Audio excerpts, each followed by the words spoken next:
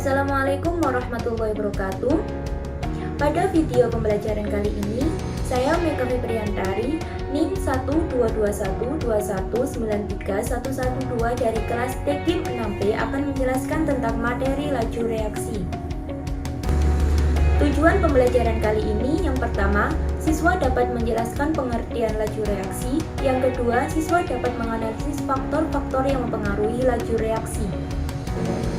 Perhatikan perubahan kimia yang terjadi di sekitar kehidupan kita. Adakah perubahan yang berlangsung cepat atau berlangsung lambat?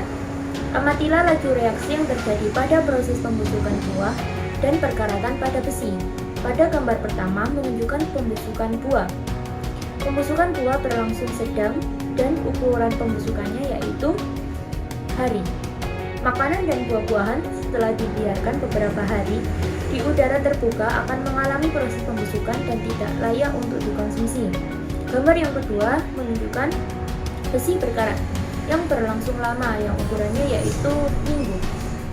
Besi berkarat disebut juga dengan korosi. Korosi adalah rusaknya benda-benda logam karena pengaruh lingkungan antara lain kelembapan udara, air, dan zat elektron belit. Konsep laju reaksi. Laju reaksi kimia adalah perubahan konsentrasi reaksi atau produk dalam suatu satuan waktu. Untuk persamaannya bisa dilihat pada gambar. Negatif delta R, laju pengurangan konsentrasi reaksi R tiap satuan waktu delta T. Positif delta P, laju penambahan konsentrasi produk P tiap satuan waktu delta T. Untuk lebih memahami konsep ini, coba amati gambar hasil reaksi antara bromin dengan asam formiat berikut. Awal reaksi, bromin berwarna coklat kemerahan. Beberapa saat kemudian, bromin menjadi tidak berwarna. Hal ini menunjukkan adanya pengurangan konsentrasi bromin dalam satu satuan waktu. Ungkapan laju reaksi dalam eksperimen ini adalah laju berkurangnya konsentrasi reaksi larutan Br2 dalam satu satuan waktu ditunjukkan oleh laju memudarnya warna larutan. Yang kedua, laju bertambahnya konsentrasi produk ion Br dalam satu satuan waktu ditunjukkan oleh laju terbentuknya larutan tidak berwarna. Persamaan laju reaksi. Laju reaksi dipengaruhi oleh konsentrasi reaksi. Persamaan laju reaksi menyatakan hubungan antara laju reaksi dengan konsentrasi dari reaksi dipangkatkan bilangan tertentu. Untuk reaksinya bisa dilihat pada gambar. Untuk persamaan laju reaksinya, V sama dengan K kali A pangkat X kali B pangkat Y. K tetapan laju reaksi, X order reaksi terhadap A, dan Y order reaksi terhadap B. Faktor-faktor yang mempengaruhi laju reaksi. Yang pertama, suhu. Yang kedua, konsentrasi. Yang ketiga, katalis. Dan yang keempat adalah luas permukaan. Suhu. Kenaikan suhu dapat mempercepat laju reaksi karena dengan naiknya suhu, energi kinetik partikel zat-zat meningkat, sehingga memungkinkan semakin banyaknya tumpukan efektif yang menghasilkan perubahan. Suhu berbanding lurus dengan laju reaksi. Semakin tinggi suhu, maka semakin besar energi kinetik rata-rata partikel reaktan, sehingga banyak molekul yang mencapai energi aktivasi bertambah dan mempercepat laju reaksi. Hubungan kuantitatif perubahan suhu terhadap laju reaksi. Hubungan ini ditetapkan dari suatu percobaan. Misal diperoleh data sebagai berikut. Suhu 10 derajat Celcius, 20 derajat Celcius, 30 derajat Celcius, dan 40 derajat Celcius.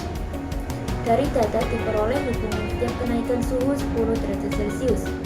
Untuk laju reaksinya, mengalami kenaikan 2 kali semula, maka secara matematis dapat dirumuskan Vt sama dengan V0 kali 2 pangkat T dikurangi T0 per 10, di mana Vt yaitu laju reaksi pada suhu T, V0, laju reaksi pada suhu awal atau T0.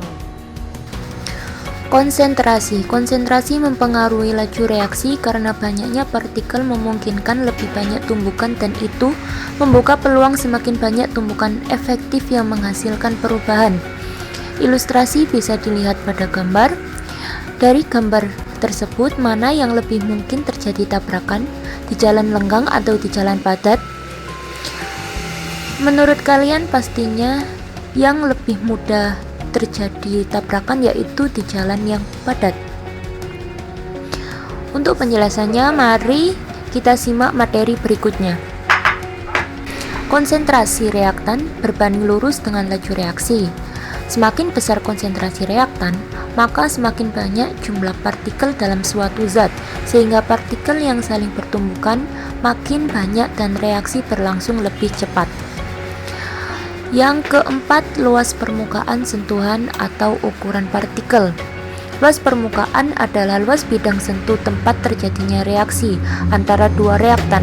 Luas permukaan berbanding lurus dengan laju reaksi.